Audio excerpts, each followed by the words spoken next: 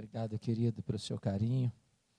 Para mim é uma grande honra estar aqui com vocês nesta manhã e de repartir com vocês a palavra de Deus. Quando eu penso em liderança, eu me inclino a pensar naquele que para mim foi o grande líder do cristianismo. Como Deus mudou a vida dele, como Deus colocou no cadinho, na fornalha, no deserto, como Deus o preparou para o ministério, como Deus usou poderosamente o ministério, como Deus foi glorificado na vida dele. Às vezes nós queremos o bônus da liderança, mas não queremos o ônus da liderança.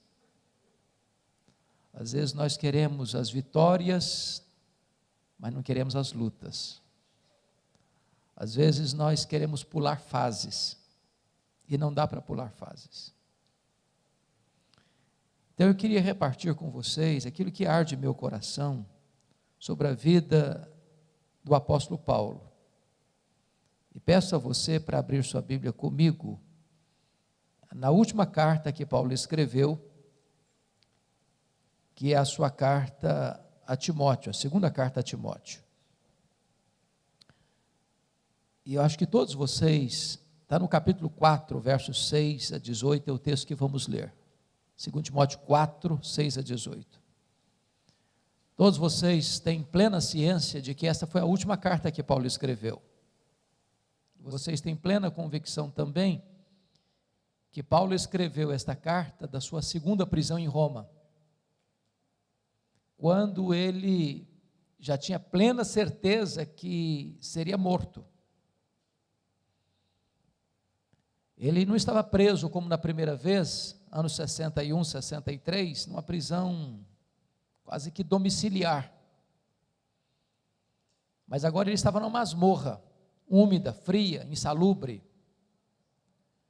O que estava por trás dessa segunda prisão não eram mais os judeus, por zelo ou ciúmes, mas era o Estado, era Roma, era o imperador. Agora ele não estava mais preso como um apóstolo, ele estava preso como um bandido. Ele diz isso lá nessa carta, capítulo 2, verso 9, como um malfeitor, sendo acusado talvez de um dos mais graves crimes do império, de ser o líder dos incendiários de Roma. Ele escreve essa carta quando a igreja está enfrentando um grande risco, porque muitos, ou diz o texto, que todos os da Ásia o abandonaram. Ligar-se a Paulo era ser acusado de incendiário e era sofrer o risco de ser preso e martirizado. O cristianismo está vivendo um momento de risco, de perigo, de ameaça. Timóteo, pastor de Éfeso, é jovem, é doente, é tímido, e Paulo precisa passar o bastão para ele. E é nesse contexto, irmãos, é que Paulo escreve esta carta. Este é o último capítulo desta carta. Essas são as últimas palavras deste capítulo. Portanto, essas são as últimas palavras de Paulo antes de morrer, registradas na Bíblia. Então vale a pena ouvir o que ele está dizendo. E ele diz assim: quanto a mim, já estou sendo oferecido por libação, e o tempo da minha partida é chegado. Combati o bom combate, completei a carreira, guardei a fé. Já agora a coroa da justiça me está guardada, a qual o Senhor reto juiz me dará naquele dia, e não apenas a mim, mas a todos quantos amam a sua vinda. Procura vir ter comigo depressa, porque Demas, tendo amado o presente século, me abandonou e se foi para Tessalônica. Crescente foi para a Galácia, Tito para a Dalmácia. Somente Lucas está comigo. Traz contigo Marcos, porque me é útil para o ministério. Quanto a Tíquico, mandei-o até Éfeso. Quando vieres, traz a capa que deixei em Troade, na casa de Carpo, bem como os livros, especialmente os pergaminhos. Alexandre, o latoeiro, causou-me muitos males. O Senhor lhe dará paga segundo as suas obras. Guarda-te também dele, porque resistiu fortemente às nossas palavras. Na minha primeira defesa, ninguém foi a meu favor, antes todos me abandonaram. Que isso não lhe seja posto em conta. Mas o Senhor me assistiu e me revestiu de forças, para que por meu intermédio a pregação fosse plenamente cumprida, e todos os gentios a ouvissem, e fui libertado da boca do leão. O Senhor me livrará também de toda obra maligna, e me levará salvo para o seu reino celestial. A Ele glória pelos séculos dos séculos. Amém. Irmãos amados, quem foi este homem? Quem foi este homem? Que morreu pobre, abandonado, cheio de cicatrizes, arrancado de uma masmorra insalubre e levado para o patíbulo, onde foi degolado. Quem foi este homem que de Jerusalém ao Ilírico pregou o evangelho e plantou igrejas nas províncias da Galácia, da Macedônia, da Acaia e da Ásia Menor? Quem foi este homem que foi açoitado, apedrejado, preso, enfrentou naufrágios, que foi caçado por todo canto, por todo lado,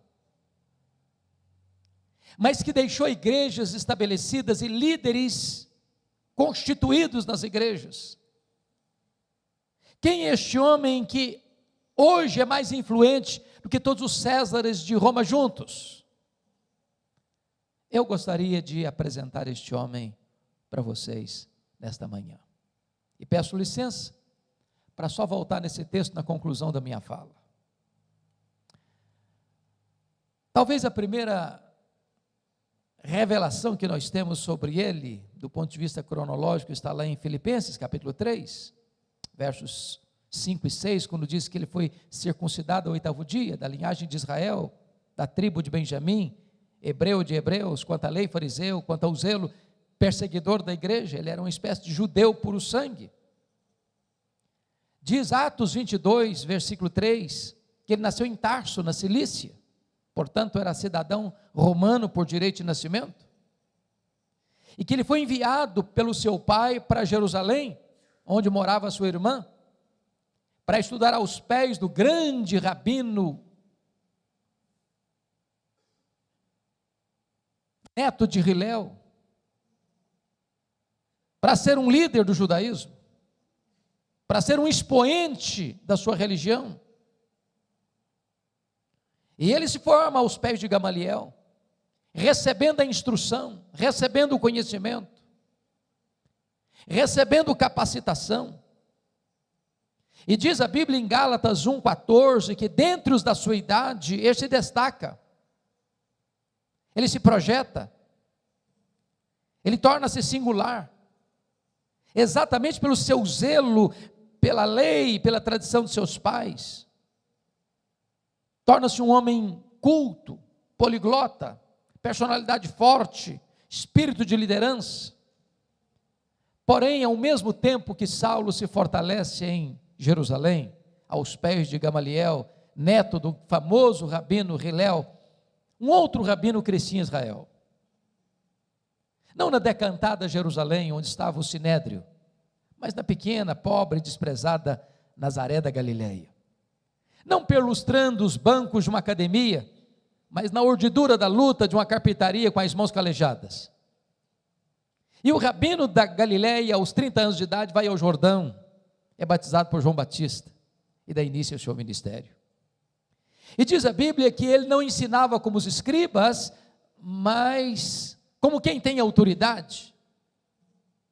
Os cegos viam, os aleijados andavam, os surdos ouviam, os mudos falavam, os leprosos eram purificados, os cativos eram libertos, os mortos ressuscitavam.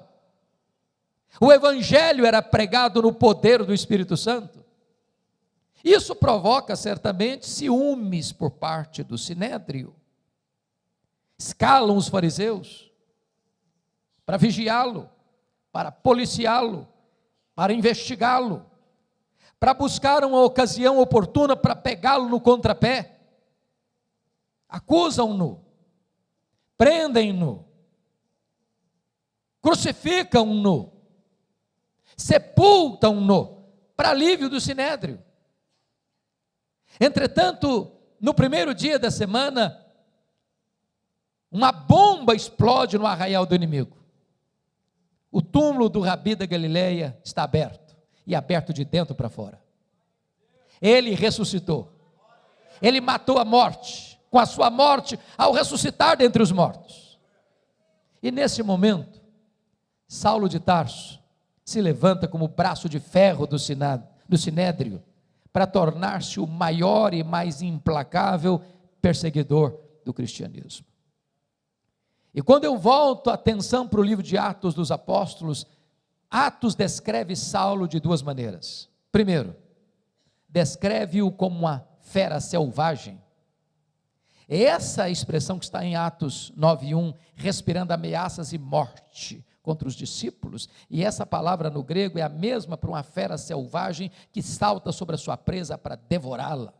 Ele era uma fera selvagem. Ele mesmo assim se define lá em 1 Timóteo 1,13. Era um blasfemo, insolente e perseguidor. Ele diz em 1 Coríntios 15:9, que ele nem direito de ser apóstolo tinha, porque ele perseguiu a igreja de Deus, por isso é considerava o menor dos apóstolos. Diz Gálatas 1,13, que ele devastava a igreja de Deus.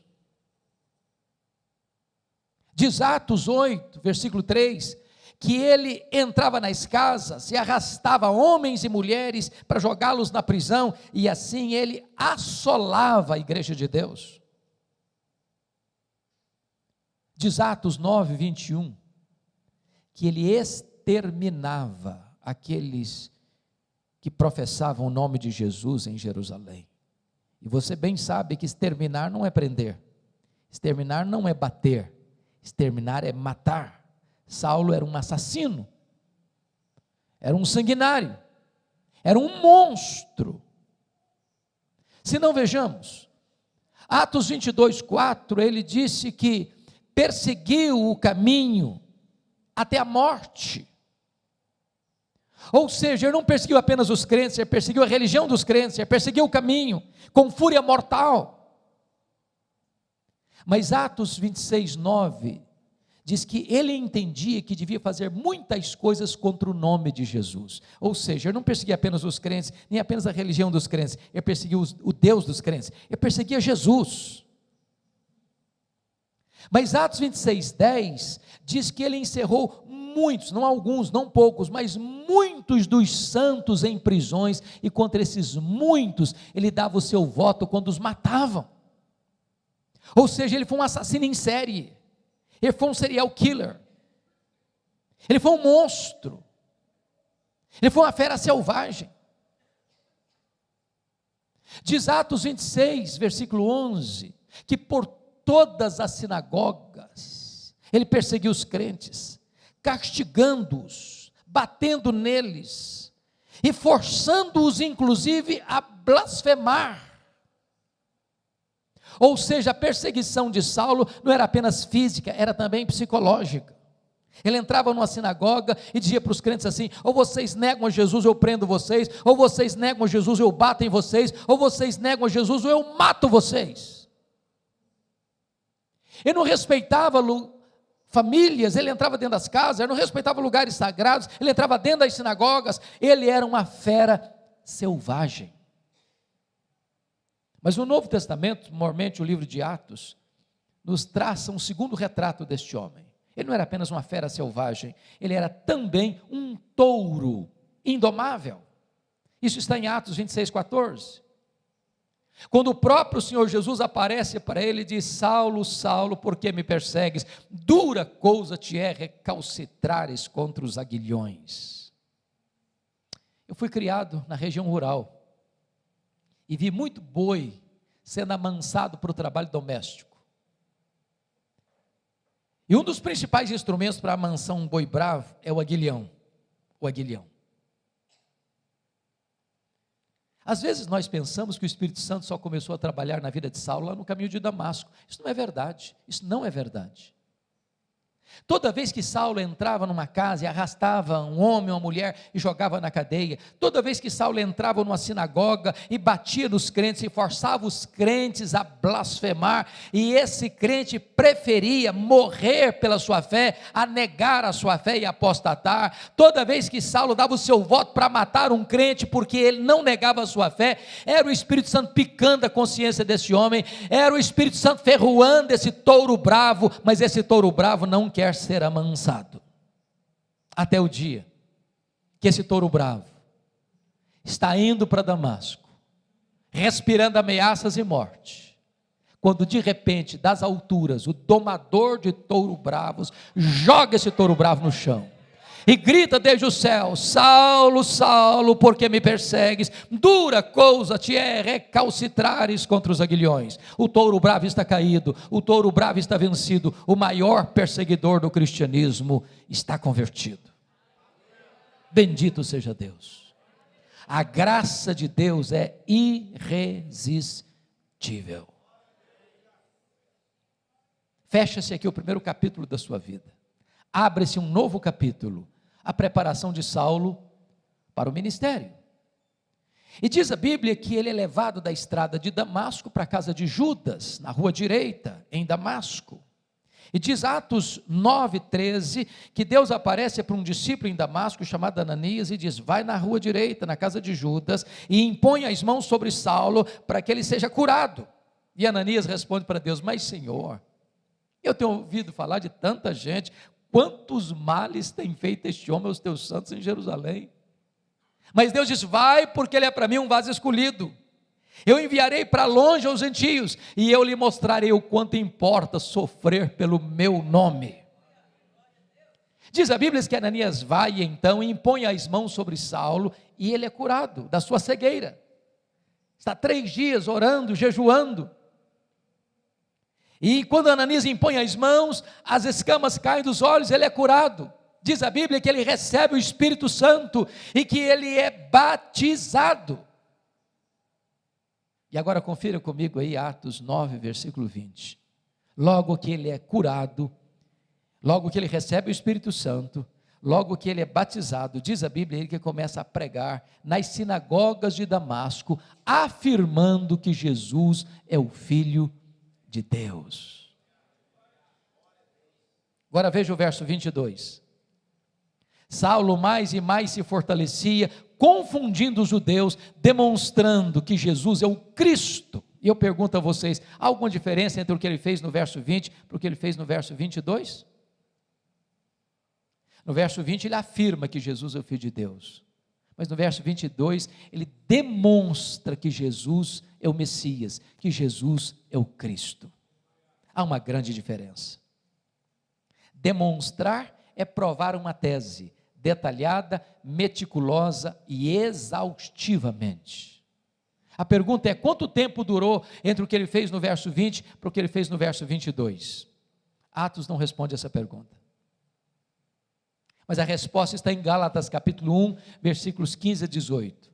Diz que quando ele foi convertido lá na estrada de Damasco, ele não subiu para Jerusalém onde estavam os apóstolos, ele não consultou carne e sangue, mas ele partiu para a região da Arábia, e lá ele expendeu 3 anos, quando ele então retorna novamente para Damasco, e então diz o verso 18 de Gálatas 1, é que ele vai para Jerusalém. A pergunta é: o que é que ele ficou fazendo 3 anos na Arábia? E a resposta é: um seminário intensivo com o Senhor Jesus. Se Jesus investiu 3 anos nos apóstolos em Israel, Jesus investe 3 anos em Saulo na Arábia. A teologia que Paulo ensina, ele não a ensina como ensinava as doutrinas do judaísmo, aprendendo numa academia. Ele recebe essa teologia por revelação direta do Senhor Jesus.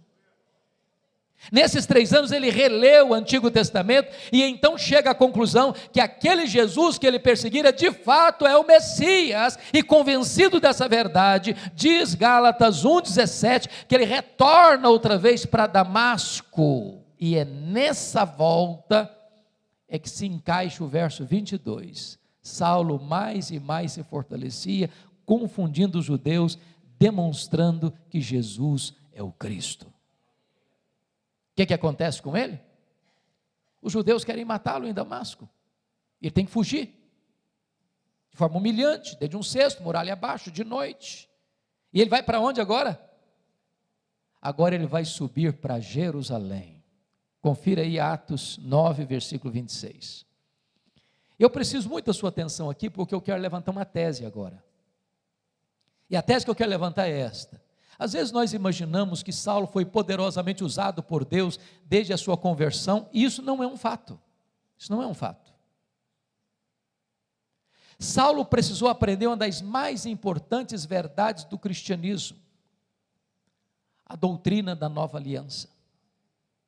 Verdade essa que ele mesmo vai ensinar mais tarde na sua segunda carta aos Coríntios, capítulo 2, verso 14 em diante, quando ele diz assim: graças porém a Deus, que em Cristo sempre nos conduz em triunfo, e por meio de nós manifesta a fragrância do seu conhecimento, tanto nos que são salvos, como nos que se perdem, para uns cheiro de vida, para outros aroma de morte, para a morte. Mas quem porém é suficiente para essas coisas? A resposta fica no ar, no capítulo 2, verso 16, segundo aos Coríntios, e só é dada em 2 Coríntios, capítulo 3, quando diz: a nossa suficiência vem de Deus. A tese que eu quero levantar é essa: quando Saulo sobe aqui para Jerusalém, ele não está governado pela nova aliança, ele ainda está governado pela velha aliança. Eu explico. O que é a velha aliança?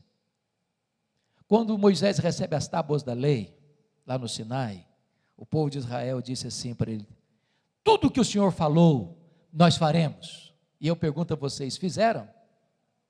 Não, não fizeram. E por que não fizeram? Faltou-lhes sinceridade? Não, faltou-lhes poder. O lema da velha aliança é: tudo depende de mim, nada depende de Deus. Pois o lema da nova aliança é: tudo depende de Deus, nada depende de mim. Quando Saulo sobe para Jerusalém, ele vai governado pela velha aliança por uma razão muito simples. Ele imagina que ele vai ser o grande líder da igreja em Jerusalém. Ele imagina que ele é o homem estratégico para alavancar o crescimento da igreja em Jerusalém. Ele imagina que ele é o homem que tem o melhor currículo, que tem o melhor preparo, que tem o melhor performance, e ele tinha motivos para pensar isso. Primeiro, porque os apóstolos de Jesus eram galileus, e você bem sabe que em Jerusalém, na Judéia, os galileus eram tidos como gente de segunda classe, era chamada de Galileia dos gentios. Tanto é fato que quando aconteceu o Pentecostes, e vocês se lembram disso, a multidão se ajunta, e 3 coisas aconteceram. Primeiro, ceticismo. O que quer isso dizer? Segundo, preconceito. Esquece, são galileus. Terceiro, zombaria, estão bêbados. Saulo pensou: esses homens galileus aqui em Jerusalém não vão conseguir nada. Segundo motivo, os apóstolos eram iletrados, diz a Bíblia. Jerusalém era a capital intelectual da teologia. Lá estavam os escribas, lá estavam os doutores, lá estavam os fariseus, lá estava o sinédrio. Ele pensou: além de galileus são incultos, aqui em Jerusalém não vai dar certo, não vai funcionar. Ele, Saulo, conhecia Jerusalém, ele perseguiu a igreja de Jerusalém, ele conhecia os corredores eclesiásticos do sinédrio. Ele pensou: eu tenho o melhor currículo, eu tenho o melhor preparo, eu tenho melhor performance, eu vou ser o grande líder. Quando ele chega, confira aí comigo Atos 9, 26, os discípulos, os membros da igreja de Jerusalém, não acreditaram na conversão dele, pensaram que ele estava blefando, pensaram que ele estava sabotando a fé cristã e bateram a porta da igreja na cara dele. Para quem queria ser líder, nem recebido foi. Deus golpeia o orgulho dele aqui. Olha Atos 9, 27, porque agora é Barnabé quem o acolhe, quem o recebe, quem o introduz aos apóstolos, e agora sim os apóstolos escutam-no, ouvem-no, acreditam nele e o recebem, e agora sim ele tem trânsito livre dentro da igreja. Discute com os helenistas, quando os helenistas, judeus nascidos fora de Israel, tomam a seguinte decisão: vamos matar Saulo. Quando eles tomaram essa decisão, os discípulos, os membros da igreja chegaram para ele e disseram assim: ô Saulo, você tem que ir embora da nossa igreja, não dá para você ser o nosso pastor não. Agora deixa eu falar uma palavrinha para os pastores aqui. Não é fácil para você estar convencido que deva ficar na igreja, e os membros da sua igreja estão convencidos que você deve sair da igreja. É complicado. Saulo quer ficar, os membros querem que ele vá embora. Sabe o que aconteceu com Saulo? Ele não foi embora. Ele estava convencido que ele era o homem. Só que não foram apenas os membros da igreja que queriam que ele fosse embora, não. Está escrito lá em Atos 22, 17 a 19, que o próprio Deus apareceu para ele e disse: vai embora. Ô irmãos, aí não tem mais opção aí. Se ser mandado embora da igreja pela liderança da igreja é uma coisa, pelos membros da igreja é outra coisa. Agora, ser mandado embora da igreja pelo próprio Deus, parece que não sobra opção mais. Sabe o que aconteceu com ele? Ele não foi embora, não foi. Olha aí o versículo 18, 22, 18, ele começa a razoar com Deus, ele começa a discutir com Deus, ele começa a argumentar com Deus: mas Senhor, eu persegui a igreja aqui. Quando se matou Estevão, tua testemunha estava presente, consentia nisso, até guardei as festas daqueles que o apedrejaram. Sabe o que ele está dizendo para Deus? Ô Deus, o senhor pensa melhor, o senhor pensa direito, o senhor não pode cometer esse erro estratégico. Essa igreja sem a minha liderança aqui não vai para frente não. Eu sou o cara, eu tenho o melhor currículo, eu tenho o melhor preparo, aqui tem que funcionar ao redor da minha pessoa. Eu sou insubstituível. Sabe o que aconteceu? Deus não mudou. Foi Saulo quem teve que mudar e mudar-se. Deus disse: vai! Vaza! Sabe o que aconteceu com ele? Ele não foi. Não foi. Volta a sua atenção para Atos 9:30, por favor. Diz o texto que os discípulos o levaram até Cesareia. Preste bem atenção, ele não foi, ele foi levado. Ele não saiu, saíram com ele. Ele saiu de Jerusalém como Ló saiu de Sodoma, a reboque. E de Cesareia mandaram-no para onde mesmo? Para Tarso. Sabe onde é Tarso? O lugar que ele nasceu.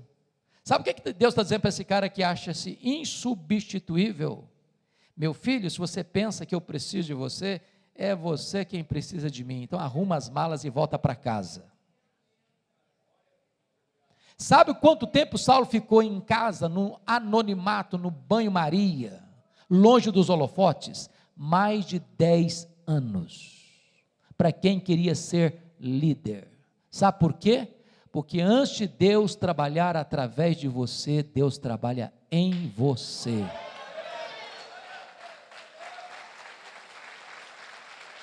Deus está mais interessado em quem você é do que no que você faz.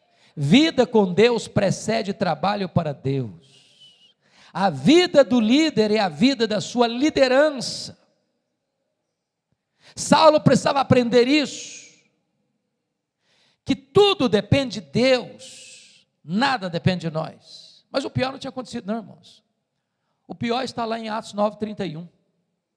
Diz que no dia que Saulo arrumou as malas e foi embora da igreja, a igreja passou a ter paz e passou a crescer. Você quer coisa pior para um pastor do que isso? No dia que vai embora da igreja, os problemas da igreja se resolvem. A igreja deslancha a crescer. Para alguém que achava que ele era insubstituível.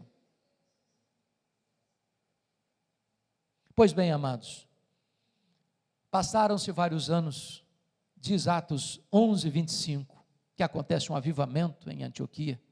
A igreja manda para lá Barnabé, Barnabé se alegra em ver a graça de Deus, lembrou-se de Saulo, foi lá em Tarso de Saulo, eu preciso de você, vamos comigo para Antioquia. E eles ensinam uma multidão de discípulos. Quando Atos 13, 1 a 3 diz que, estando a igreja reunida, orando e jejuando, o Espírito Santo disse: separai-me agora a Barnabé e a Saulo para a obra a que os tenho chamado. Prestem bem atenção, aqui o Espírito Santo mandou separar. Não foi Saulo e Barnabé, foi Barnabé e Saulo. Você já foi reserva alguma vez? Já andou na sombra de alguém alguma vez? Saulo não era o líder, ele era o liderado. Deus ainda estava trabalhando nele para depois trabalhar através dele. Diz a Bíblia que João Marcos, auxiliar dos dois missionários, acompanha os dois, e ele chega em Pafos. O procônsul Sérgio Paulo se interessa em ouvir o evangelho, mas o seu mágico de tiracolo, Elimas, tenta impedi-lo, porque se o procônsul se convertesse, o mágico perdia o emprego. E diz a Escritura que, diante desse cenário, Saulo, cheio do Espírito Santo, fixou os olhos no mágico e disse: ó servo do diabo, até quando perverterás os retos caminhos de Deus, pois ficarás cego. O mágico fica cego, os olhos espirituais do procônsul são abertos, é convertido a Cristo, e a partir desse momento, Saulo deixa de usar o seu nome judaico Saulo, e passa a usar o seu nome romano Paulo, e a partir daí ele se torna o maior líder do cristianismo. Por quê? Porque aprendeu uma lição: tudo depende de Deus, nada depende de mim.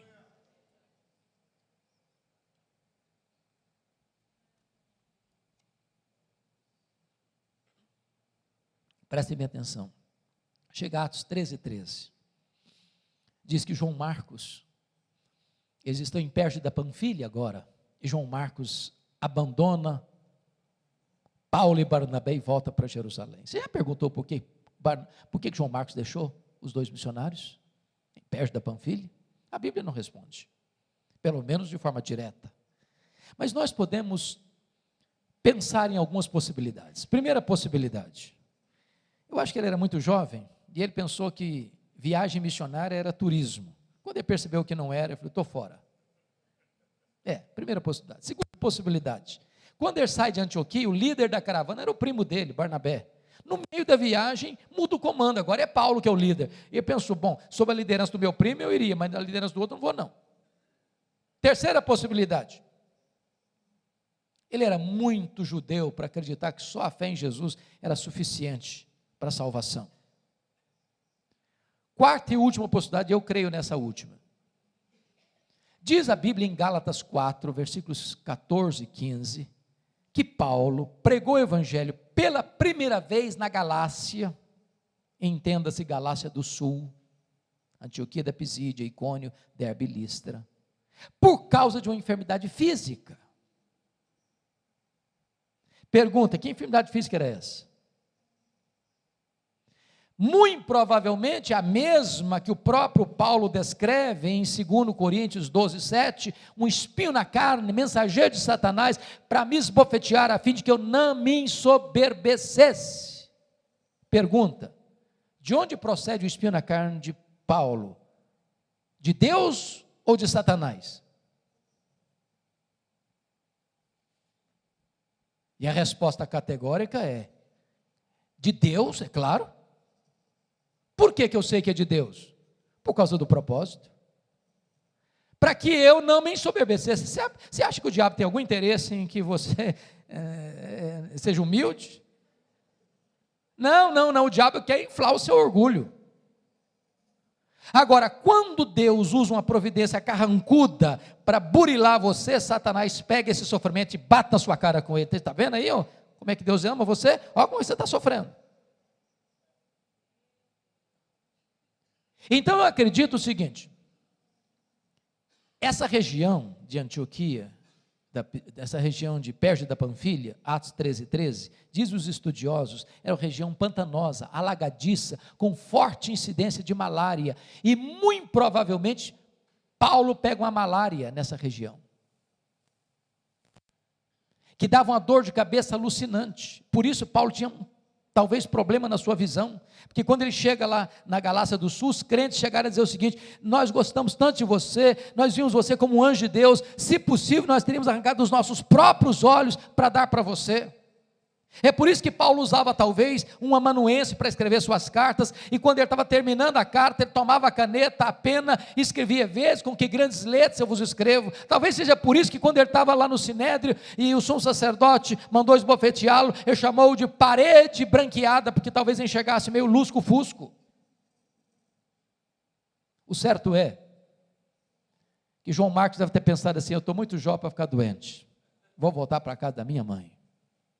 Bom, então diz a Bíblia que Barnabé, ou agora Paulo e Barnabé, sobem as montanhas do Cáucaso, vão lá para a Galácia do Sul e começam a pregar. Antioquia da Pisídia, Icônia, Derbe e Listra, com lutas, com lágrimas, com sangue, mas deixam a obra de Deus estabelecida. Entenda uma coisa: a bênção de Deus no seu ministério não significa que você não terá oposição no seu ministério. Luta no ministério não é sinal da ausência da bênção do eterno. O crescimento da igreja virá acompanhado de forte oposição de Satanás e do mundo.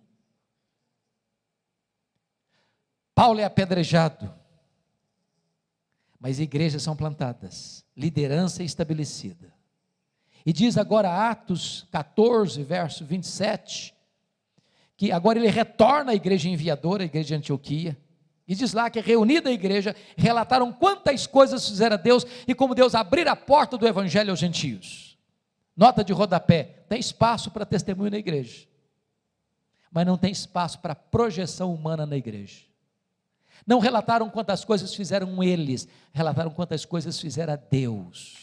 Quem faz a obra é Deus, nós somos apenas os instrumentos. Nunca queira os holofotes para você, nunca tente roubar a glória que só pertence a Deus. Deus não divide a sua glória com ninguém. Agora preste atenção: quando a igreja avança, a oposição cresce. Porque Atos 15:1 diz que os membros da seita dos fariseus desceram de Jerusalém e disseram para os crentes gentios assim: se vocês não se circuncidarem, se vocês não guardarem a lei de Moisés, vocês não poderão ser salvos. Essa teologia não está boa. Está dizendo o seguinte: sua fé em Jesus não é suficiente, o sacrifício de Cristo não foi eficaz, é preciso complementar a obra de Cristo com as obras da lei. Isso não é evangelho, isso é outro evangelho, isso é um falso evangelho. Não dá para fazer obra missionária, essa teologia não está boa. Prestem bem atenção nisso. Quando a teologia não está boa, quanto mais se prega, pior fica. Então diz a Bíblia que Paulo não vai avançar na obra missionária antes de resolver o problema doutrinário. Então o concílio é reunido, as discussões são feitas, a decisão é tomada, a decisão é escrita, uma comissão é nomeada para ler esse documento resolvido lá naquele concílio, nas igrejas gentílicas, que só a fé em Cristo é suficiente, e acabou. A obra de Cristo na cruz foi perfeita, foi final, foi completa, foi cabal. Eu e você, a igreja não pode acrescentar mais nada à obra plena que Cristo realizou na cruz. Agora está resolvido o problema doutrinário? Vamos voltar. Aí Atos 15:36, Paulo chega para Barnabé e diz: aí Barnabé, vamos voltar, filho? Vamos sim, Paulo, só um detalhe: o meu primo João Marcos quer voltar com a gente. Aí diz a Bíblia que Paulo radicalizou e disse: não, comigo ele não vai não. Eu não acho justo levarmos aquele que nos abandonou desde perto da Panfilha. Comigo esse menino não vai, ele não serve para ser meu companheiro de viagem. Eu não quero esse rapaz na minha companhia para fazer a obra de Deus. Comigo ele não vai. Prestem atenção que Paulo está sendo radical. Nota de rodapé de novo: os líderes da igreja não deviam brigar, mas às vezes brigam. Os líderes da igreja não deviam ter desavença um com o outro, mas às vezes tem. Mas deixa eu dizer uma coisa para você: mesmo quando os líderes brigam, a obra de Deus não pode ser frustrada, o plano de Deus não pode ser frustrado. Agora, em vez de uma caravana, tem duas. A Bíblia diz que Paulo pega Silas, profeta de Jerusalém, Barnabé investe no seu primo João Marcos, vai para Chipre. E a obra de Deus continua, a despeito de nós. Apesar de nós, a obra de Deus continua. A obra de Deus acompanha a estada de Paulo, e ele quer entrar na Ásia, o Espírito de Deus o impede de entrar na Ásia, e ele escuta a voz de um varão macedônio: passa a Macedônia e ajuda-nos. E ele entra na Macedônia. Glória a Deus, porque o Ocidente é alcançado pela luz do Evangelho. Você deve agradecer a Deus por essa direção missionária. Mas preste atenção aqui. A direção quem dá é Deus, mas quem escolhe os melhores métodos somos nós. Leia atentamente o livro de Atos e você vai ver que Paulo só se fixou em cidades estratégicas. Filipos era colônia romana, Tessalônica era a capital da Macedônia, Bereia era a importante cidade da Macedônia, Atenas era a capital intelectual do mundo, Corinto era a capital da Caia, Éfeso era a capital da Ásia Menor. O que Paulo está nos ensinando aqui? Estratégias missionárias, estratégias de crescimento de igreja. Vamos plantar uma igreja? Vamos. Onde? Que cidade? Vamos comprar um terreno? Vamos. Em que bairro? Em que rua?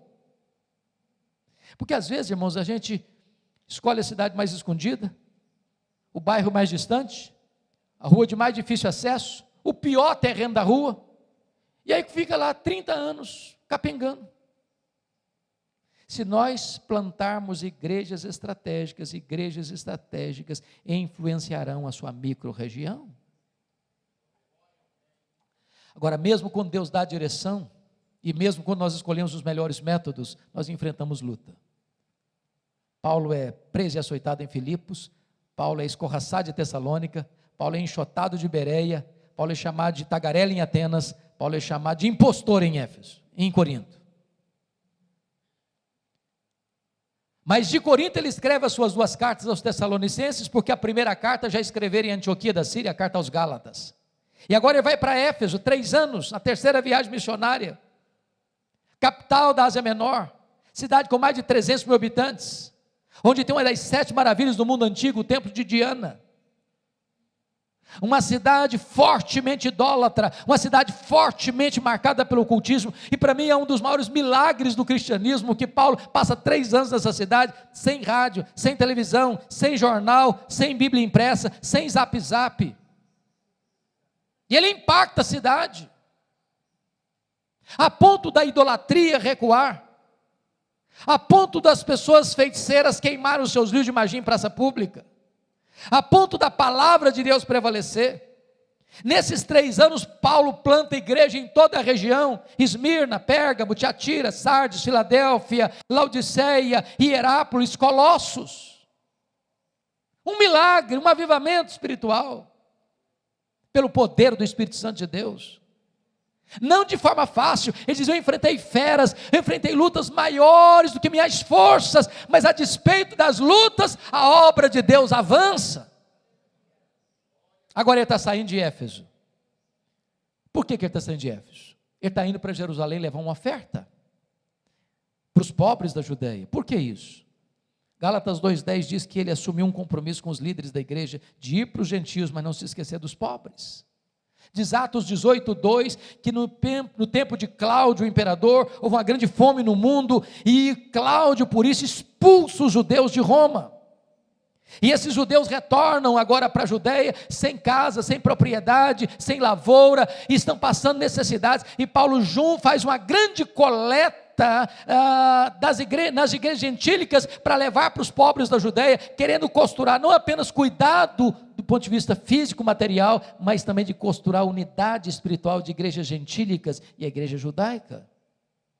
Quando ele está indo, ele se reúne com os presbíteros de Éfeso e diz assim para eles: o Espírito Santo me assegura que o que eu vou enfrentar pela frente são cadeias e tribulações.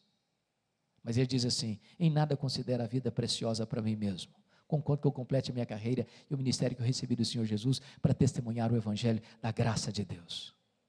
Ele chega em Cesareia, e Ágabo o prende com um cinto e diz: eles vão te prender lá. E os discípulos tentaram demovê-lo. Ele diz: eu estou pronto não só a ser preso, mas a morrer por Jesus em Jerusalém. E ele chega em Jerusalém e é preso. conspiram contra ele para matá-lo. A conspirata descoberta, e Paulo então é levado a Cesareia, e fica 2 anos sendo acusado pelos judeus, sob o governo de Félix e Festo, e diante da fraqueza de Festo, pronto para entregá-lo para o Sinédrio, para ganhar apoio político, Paulo entende a trama e diz: eu sou cidadão romano, e quero ser julgado em Roma. Festo diz: para Roma você quer ir? Para Roma você irá. Deus havia dito em Atos 23:11, coragem, Paulo, assim como você deu testemunho em Jerusalém, eu quero que você dê também em Roma. Deus o queria em Roma, Paulo queria ir para Roma. Quando ele parte para Roma, ele enfrenta um naufrágio. Você pode entender isso? Tinha 276 pessoas naquele navio. O desespero tomou conta de todo mundo. A morte mostrou para eles a sua carranca. E um anjo apareceu para Paulo e disse: coragem, Paulo, ninguém vai morrer. Eu entreguei toda essa gente na sua mão, mas é necessário que vocês vão andar numa ilha. Quando o dia amanheceu, eles avistaram a ilha de Malta, o navio se arrebenta todo, ninguém morre, todos são salvos. E os malteses, bárbaros que não falavam grego, prepararam uma grande fogueira para aquecê-los. Paulo foi o único que quis manter a fogueira acesa, pegou um punhado de gravetos e jogou no fogo, e quando ele joga o punhado de gravetos no fogo, do fogo brota uma víbora e prende na mão dele. Aquela cobra tinha 276 outras opções para morder, mas logo na mão do Paulo, os bárbaros gritaram na hora: é um assassino, tenta se livrar do mar, a justiça não deixa viver, vai cair, vai inchar, vai morrer. Não caiu, não inchou, não morreu, mudaram de opinião, é um Deus. Não, agora não é nem um assassino, nem um Deus, é o servo do Deus vivo. Quando você lê Atos, você vai notar que não foi a tempestade que o levou para Malta, foi a mão da providência divina. Porque o pai do prefeito estava doente, ele orou por ele, ele foi curado, os demais enfermos vieram, ele orou por eles, e eles foram curados, e agora Paulo passa os 3 meses de inverno rigoroso ali, e os malteses o mandam para Roma com todas as suas necessidades supridas. Quando eu chego em Roma, fica 2 anos preso, e ele escreve aos Filipenses 1:12 assim: meus irmãos, eu quero que vocês saibam que as coisas que me aconteceram tem antes contribuído para o progresso do Evangelho. Que coisas são essas, Paulo, que você está falando, que aconteceram para você? Eu podia resumir para nós assim: olha, eu fui perseguido em Damasco, eu fui rejeitado em Jerusalém, fui esquecido em Tarso, eu fui apedrejado em Listra, fui preso e açoitado em Filipos, fui escorraçado em Tessalônica, eu fui enxotado de Bereia, fui chamado de tagarela em Atenas, eu fui chamado de impostor em Corinto, eu enfrentei feras em Éfeso, eu fui preso em Jerusalém, eu fui acusado em Cesareia, enfrentei um naufrágio para Roma, eu fui picado por uma cobra em Malta, eu cheguei em Roma preso e algemado, mas eu quero que vocês saibam que as coisas que me aconteceram têm antes contribuído para o progresso do Evangelho. Esse homem não crê em acaso, esse homem não crê em sorte, esse homem não crê em olho gordo, esse homem não tem medo de sexta-feira 13, esse homem sabe que a mão de Deus dirige o seu destino. Porque ele estava preso em Roma, diz ele em Filipenses 1, 3 coisas aconteceram. Primeira coisa, a igreja foi mais encorajada a pregar. Quando viram Paulo preso, algemado, trabalhando mais do que eles se mexeram. Isso levou Ray Stedman, de saudosa memória, fazer uma declaração insólita. Ele diz assim: um dos mais eficazes métodos de crescimento de igreja, eu não gosto muito desse método, é o seguinte: bote os pastores na cadeia e a igreja crescerá. Segunda coisa, porque Paulo estava preso, ele diz: toda a guarda pretoriana tomou conhecimento das minhas cadeias em Cristo. Sabe o que está acontecendo aqui? Paulo ficou 2 anos preso. Ele era prisioneiro de César, sob a égide do imperador, dentro do palácio do imperador. Tinha que ficar um soldado preso com ele, algemado com ele, todo dia, 3 turnos por dia. E lá estava a guarda pretoriana. Sabe o que era a guarda pretoriana? Era a guarda de elite do imperador. Eram os soldados da mais alta patente do império. Eram 16 mil soldados de escol, algemado com Paulo, todo dia em rodízio. O que Paulo fez com eles? Evangelho neles, evangelho neles, evangelho neles, evangelho neles. Depois de 2 anos, toda a guarda pretoriana estava evangelizada. Se Paulo estivesse solto, ele jamais teria acesso àquele grupo. de elite do império, de gente que trafegava pelo corredor do palácio, que tinha influência política no império. Irmãos, Deus não cochila, Deus não dorme, Deus não usa rascunho nos seus planos, Deus não precisa fazer upgrade nos seus propósitos, o plano de Deus é perfeito, louvado seja Deus. Terceiro, porque Paulo estava preso, ele não podia visitar as igrejas, o que é que ele fez? Começou a escrever cartas, as cartas da primeira prisão, Efésios, Filipenses, Colossenses, Filemão. Se Paulo estivesse solto, talvez nós não teríamos essas joias na nossa Bíblia. Quando você pensa que a sua vida está de ponta cabeça, Deus está escrevendo o capítulo mais emocionante da sua história. Dessa primeira prisão, Paulo pediu para sair, Paulo orou para sair, e Paulo saiu, mas não saiu para se aposentar, não saiu para vestir um pijama, não saiu para deitar numa cadeira de balanço, porque não tem aposentadoria no reino de Deus. Enquanto tiver um fiapo de vida e um fôlego nos seus pulmões, você precisa fazer a obra de Deus.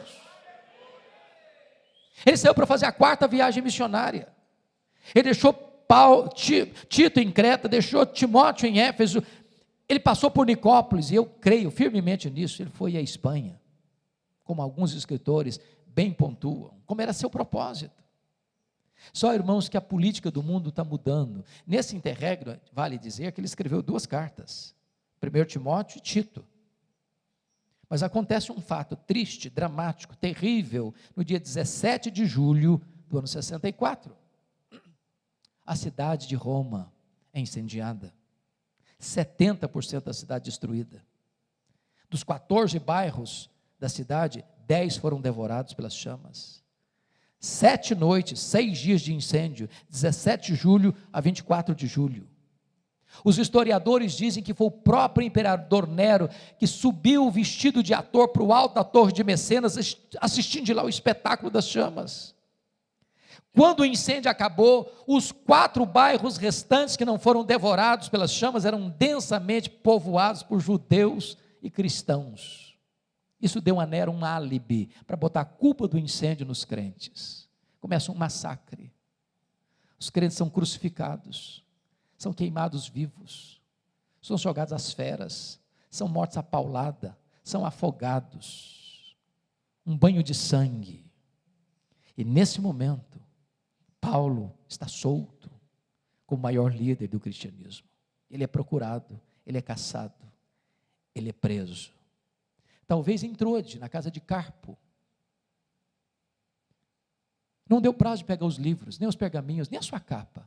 E agora ele é jogado numa masmorra escura, úmida, fria, insalubre, de onde as pessoas saiam leprosas, ou para o martírio. E é dessa prisão é que ele escreve a sua última carta, 2 Timóteo.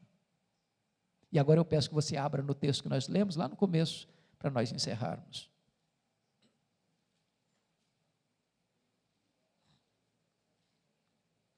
A grande pergunta é: o que é que esse homem está sentindo? O maior pregador, o maior apóstolo, o maior pastor, o maior evangelista, o maior missionário, o maior plantador de igrejas da história do cristianismo. Está preso, abandonado, cheio de cicatrizes. Na chegada do inverno, ele vai fazer para nós uma avaliação assim. A primeira avaliação que ele faz é a avaliação do seu passado. Versículo 7, confira aí. Combati o bom combate, completei a carreira, guardei a fé. Ele está dizendo o seguinte: a minha vida não foi amenidade não, foi um combate, foi uma luta. Eu não larguei a obra no meio do caminho não, eu completei minha carreira. Eu não prostituí minha consciência não, eu não vendi meu ministério por dinheiro não, eu guardei a fé. Segunda coisa que ele vai fazer é uma avaliação do seu presente. Olha o versículo 6. Quanto a mim já estou sendo oferecido por libação, e o tempo da minha partida é chegado. Sabe o que ele está dizendo? Não é Roma que vai me matar não, eu que vou me entregar. Eu não vou me entregar para Roma não, vou me entregar para Deus, como oferta de libação ao Senhor. E eu não vou morrer também não, eu vou partir. Porque a palavra partida aí é um eufemismo para morte. Essa palavra partida no grego tem 3 significados. Primeiro, significa tirar o fardo das costas de alguém. Sabe o que é morrer para um crente? Diz Apocalipse 14, 13, é descansar das suas fadigas. Segundo significado, é desatar um bote para atravessar o rio. Sabe o que significa morrer para um crente? É fazer sua última viagem rumo à pátria celestial. Terceiro, significa afrouxar as estacas de uma barraca, levantar acampamento, ir para sua casa permanente. Sabe o que é morrer para um crente? É mudar de endereço, é ir para a casa do Pai. Paulo não está com medo de morrer, porque sabe em quem tem crido e sabe para onde está indo. A terceira avaliação que ele faz é a avaliação do seu futuro, no versículo 8, já agora a coroa da justiça me está guardada, a qual o Senhor reto juízo me dará naquele dia, não apenas a mim, mas a todos quantos amam a sua vinda. Sabe o que ele está dizendo? Eu não estou indo para o cadafalso não, eu estou indo receber a coroa da justiça. Não importa se Nero vai me considerar culpado, o que importa é que o Rei dos Reis, diante de quem todos vão ter que comparecer, já me declarou justificado, e o que eu vou receber é a coroa da justiça. Mas apesar disso, irmãos, esse homem não é um super-homem, e nem nós deveríamos querer ser. Ele é um homem que tem sentimentos, e que eu acho bonito em Paulo, é que ele, ao fechar as cortinas da vida, não tem vergonha nenhuma de compartilhar conosco as suas lutas. E ele vai mostrar para nós alguns dramas que ele viveu. Primeiro drama da solidão. Olha o verso 9. Procura vir ter comigo depressa. Olha o versículo 21. Venha, mas venha antes do inverno, meu filho. Olha o versículo 11. Quando você vier, filho, traz Marcos contigo. Ele me é útil para o ministério. Eu amo esse versículo, porque ele me remete a Atos 15, 36 a 41, quando um dia Paulo disse assim, esse rapaz não serve para andar comigo, eu não o quero comigo, ele não serve para ser meu companheiro. Agora Paulo, já velho, já encanecido, já cheio de cicatrizes, está dizendo, eu quero esse menino comigo, eu preciso dele ao meu lado, eu quero encostar minha cabeça no peito dele antes de morrer. Sabe o que significa isso, irmãos? Você nunca é tão grande como quando você é humilde. Não desça a sepultura com pendências emocionais na sua vida. Tenha coragem de pedir perdão. Tenha coragem de tratar de relacionamentos machucados e feridos. Não deixe gente ferida por suas próprias mãos antes de partir para o Senhor. Segundo drama que esse homem enfrenta é o drama do abandono. Olha o versículo 10. Porque Demas, tendo amado o presente século, me abandonou. Não é fácil ser abandonado.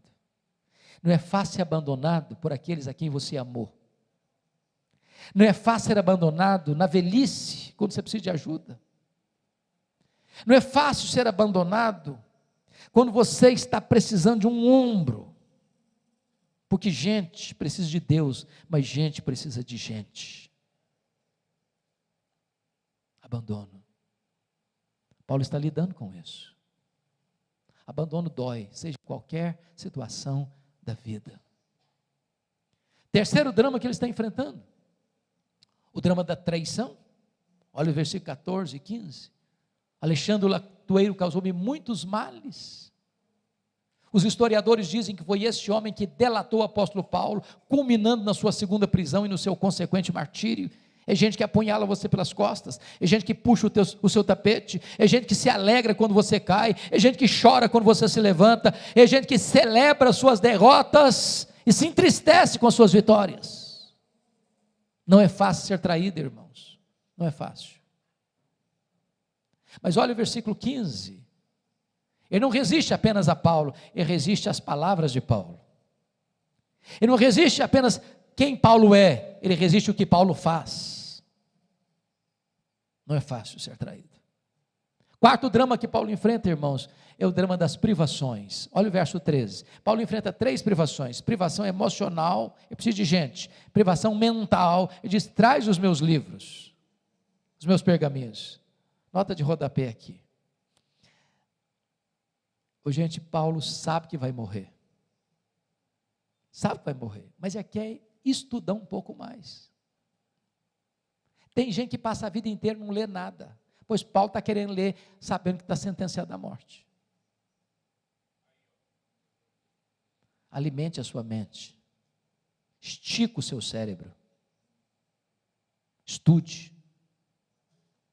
Você, pastor, no momento que cessar de aprender, você cessa de ensinar. Você não pode se alimentar de leite magro e destilar néctar para o povo. Você precisa ler e estudar até o último dia da sua vida. Terceira privação que esse homem enfrenta, privação física. O irmão, o inverno está chegando, e ele diz: traz a minha capa, meu filho, quando você vier. Lá em Roma faz temperatura abaixo de zero. Dentro de uma masmorra é tão frio lá dentro quanto lá fora. Vocês sabem que gente velha sente mais frio que gente nova. Está dizendo: meu filho, se você não trouxer a minha capa, eu vou morrer de frio, antes de ser degolado. Sabe o que me impressiona, irmãos? É que o maior pastor, maior missionário, maior apóstolo, maior líder, maior plantador de igrejas, maior teólogo do cristianismo, não tem uma capa velha para usar no inverno. Se Paulo fosse lido pelas leis da teologia da prosperidade, seria um fracasso. Um fracasso. E quantas vezes você e eu estamos murmurando, tendo casa para morar, tendo roupa para vestir, tendo cama para dormir, tendo comida sobre a mesa.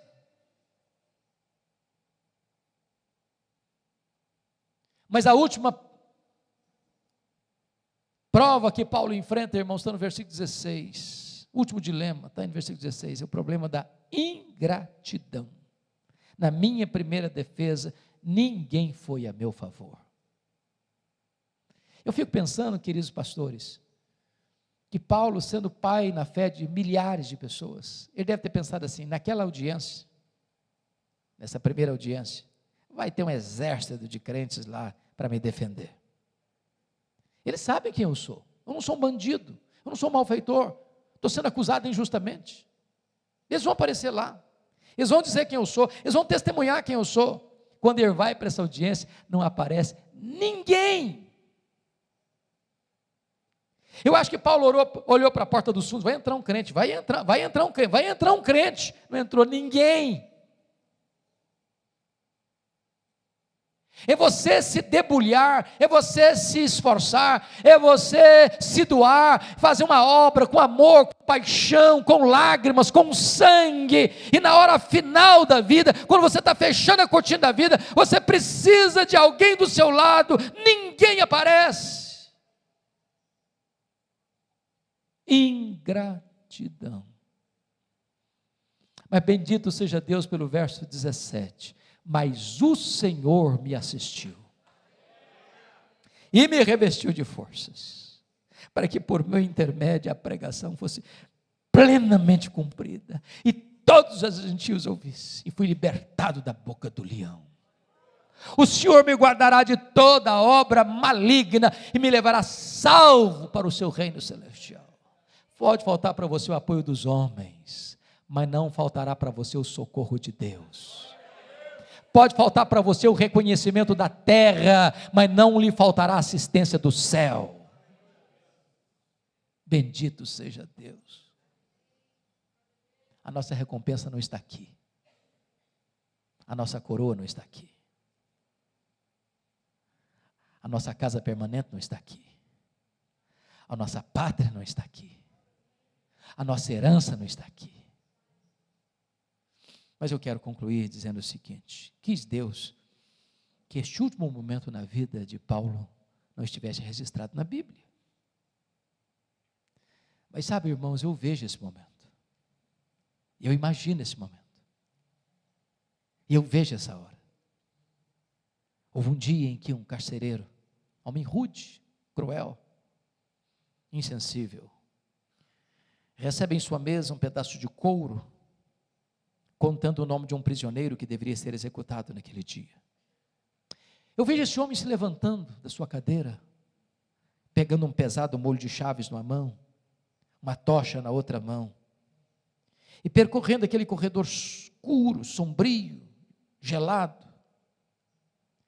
Eu vejo esse homem abrindo uma pesada porta de ferro. Eu vejo esse homem entrando naquela masmorra escura e insalubre, com aquela tocha na mão. Eu vejo esse homem gritando: prisioneiro Paulo, prisioneiro Paulo, prisioneiro Paulo. E lá no fundo, o velho responde: sou eu estou aqui. Ele é acorrentado, ele é retirado daquela masmorra, ele percorre aquele corredor escuro, e quando ele está para ser degolado, o carrasco lhe pergunta: você quer dizer algumas palavras antes de morrer? E Paulo responde: eu quero. Talvez pensasse que Paulo fosse expressar a sua mágoa, a sua revolta, a sua dor, a sua decepção, mas não. O velho apóstolo levanta as mãos para os céus e diz a ele: ao Senhor Jesus, glória pelos séculos dos séculos. Amém. Bota a cabeça no cepo. A espada de Roma tosa-lhe a cabeça. Corpo para um lado, cabeça para o outro. Tombou na terra como um mártir, foi recebido no céu como um príncipe. Este homem que diz para você e para mim: sede meus imitadores, como eu sou de Cristo. Que Deus nos ajude a viver este cristianismo maiúsculo, superlativo e viril, para vivermos para Jesus e para morrermos por Ele. Que Ele nos abençoe.